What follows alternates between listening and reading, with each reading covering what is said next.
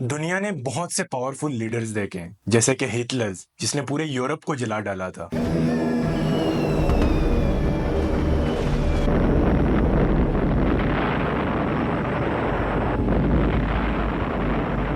Joseph Stalin جس نے اپنے ہی عوام کو بھوکا مار دیا تھا،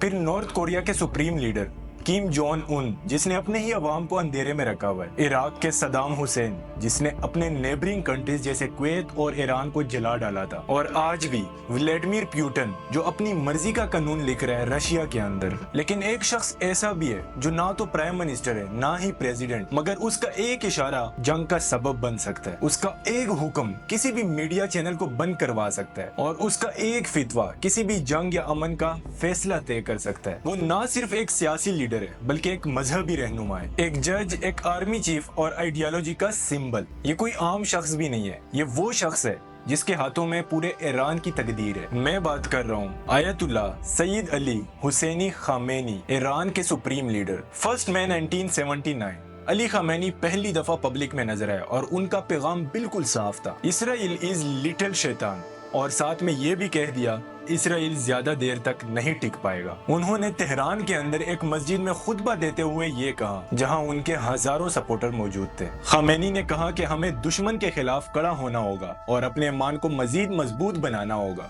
آج ہم دیکھیں گے علی خامنئی کے زندگی کا سفر، ان کی پیدائش سے لے کر آج تک، جہاں وہ دنیا کے سب سے کنٹروورشل اور سب سے پاورفل لیڈرز میں شامل ہے۔ اب سوال یہ ہے کہ آخر کار اس لیڈر کا انجام کیا ہوگا؟ کیا یہ مسلم امہ کی امید بنے گا یا باقی لیڈرز کی طرح مارا جائے گا؟ یہ کہانی ہے آیت اللہ خامنئی کی، ایک شخص جو ایک مقدس شہر مشہد میں پیدا ہوئے، نبی صلی اللہ علیہ وسلم کے خاندان کا دعویٰ رکھتا ہے، انقلاب سے اترا اور ایسی تباہی کا نظریہ رکھتا ہے جو پورے مڈل ایسٹ کو کسی تباہی کی طرف لے جا سکتا ہے۔ علی حسینی خامنئی 17 جولائی 1939 کو مشہد میں پیدا ہوئے، ایران کے سب سے مقدس شہروں میں سے ایک۔ اس کا خاندان مذہبی تھا اور یہ دعویٰ کرتا ہے کہ وہ نبی صلی اللہ علیہ وسلم کی بیٹی حضرت فاطمہ اور حضرت علی ابن ابی طالب کے ذریعے ڈیسینڈنٹ ہے۔ اب یہ دعویٰ چاہے حقیقت ہو یا سیاسی، مگر شیعہ اسلام میں یہ بزرگی اور روحانی طاقت کا ذریعہ مانا جاتا ہے۔ خامنئی کا سیاہ امامہ، جسے ہم نارملی تو پگڑی کہتے ہیں، مگر ان کے نزدیک یہ کوئی عام کپڑا نہیں بلکہ الہی سلسلے کا پرچم ہے۔ اب علی خامنئی کا یہ نسلی ریکارڈ، جسے یہ حضرت فاطمہ اور حضرت علی کا ڈیسینڈنٹ کہتے ہیں، اس کا کوئی خاص پروف تو نہیں ہے۔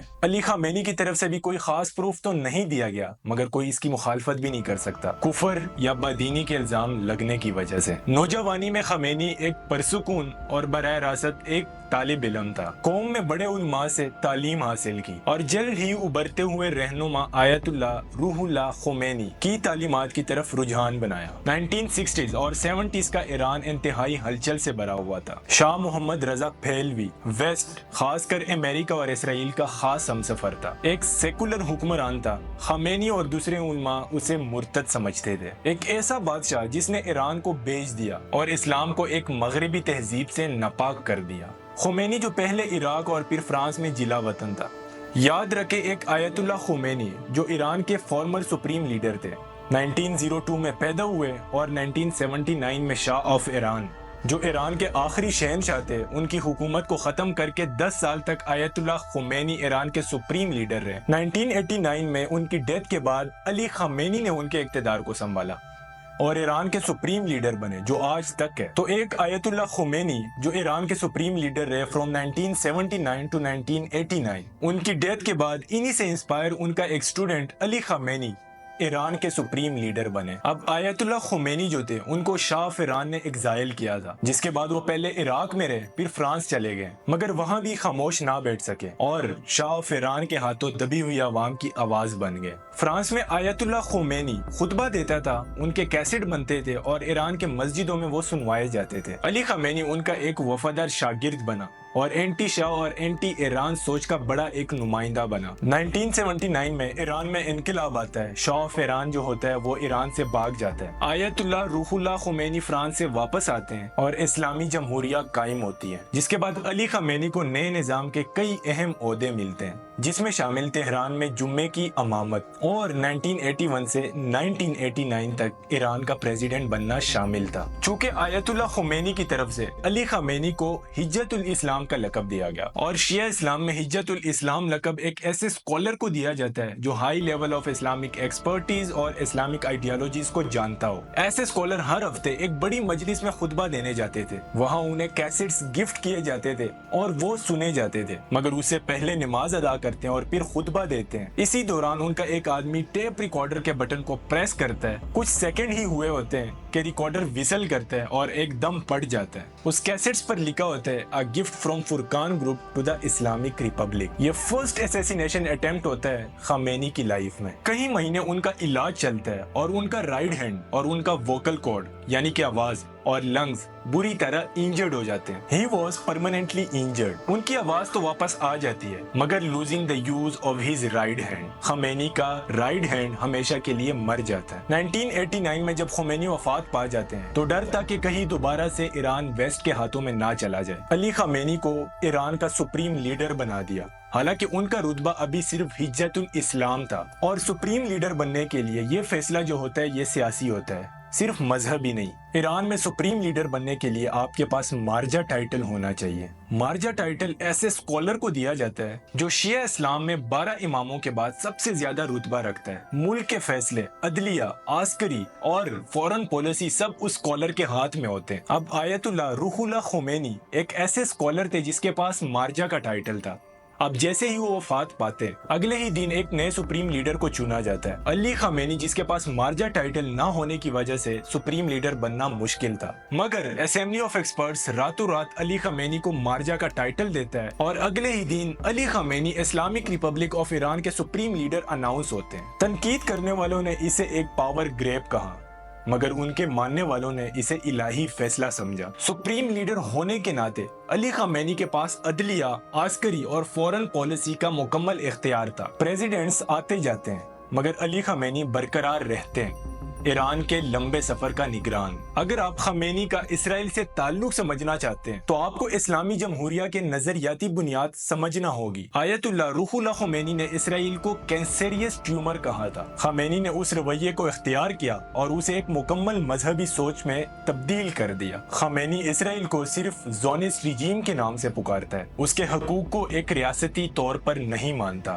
زونسٹ regime is a true cancer tumor on the region that should be cut off and it's definitely will be cut off۔ یہ صرف لفظوں کا کھیل بھی نہیں، خامنئی کے نیچے ایرانین ملٹری ڈوکٹرائن میں ایسے میزائل بننا شامل ہے جو تیل اویو تک پہنچ سکے۔ قدس فورس IRGC کا حصہ، خاص طور پر فورن میشنز اور اینٹی اسرائیل ملیشیاز کی مدد کے لیے۔ خامنئی کا اسرائیل سے دشمنی صرف سیاسی بھی نہیں ہے بلکہ شیعہ آخری زمینی عقیدے میں دنسی ہوئی ہے۔ 12ویں امام کے عقیدے کے مطابق ایک مہدی جو چھپا ہوا امام ہے آخری زمانے میں آئے گا اور دنیا میں انصاف کا نظام قائم کرے گا۔ خامنئی اپنے آپ کو صرف ایک سیاسی نہیں بلکہ ایک روحانی فوجی جنرل سمجھتے ہیں، اور اسرائیل کو صرف ایک ملک نہیں بلکہ الہی تقدیر کے راستے میں آنے والی ایک رکاوٹ سمجھتے ہیں۔ یہ آخری زمانے کا سوچ ایران کے فورن پالیسی کو جلا بخشتا ہے، خاص طور پر حزب اللہ، حماس اور جہادیز گروپ کی مدد دینے میں، جن کے آخری دستاویز میں اسرائیل کا خاتمہ لکھا گیا ہے۔ سالوں سے خامنئی نے ایک ایکسس آف ریزسٹنس بنائی، ایک ایسی تنظیم کا نیٹ ورک جو اسرائیل اور امریکہ کے خلاف لڑتی ہے۔ حزب اللہ لبنان میں، حماس اور اسلامک جہادیز غزہ کے اندر، بشر الاسد کی حکومت سیریا کے اندر، شیعہ ملیشیا عراق کے اندر، اور ہوتیز جو یمن کے اندر ہے، سب ایران کے لیے لڑ رہے ہیں۔ خامنئی انہیں صرف پیسہ اور ہتھیار نہیں دیتا بلکہ قرآن اور حدیث کے حوالے دیتا ہے جس سے ان کا جذبہ اور بڑھتا ہے۔ اور اسرائیل کے لیے سب سے بڑا خطرہ خامنئی کے الفاظ نہیں ہے بلکہ ایک نیوکلیئر ایران ہے۔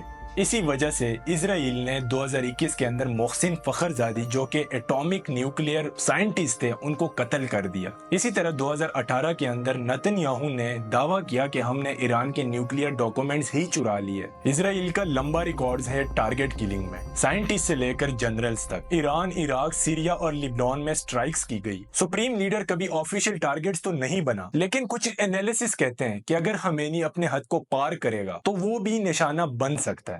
ان کا اندرونی دائرہ لویل اور انتہائی وفادار ہے۔ آج کے لیے اتنا ہی۔ آپ اس کے بارے میں کیا جانتے ہیں مجھے کمنٹ میں ضرور بتائیے گا۔ تب تک کے لیے پیس آؤٹ، اللہ حافظ۔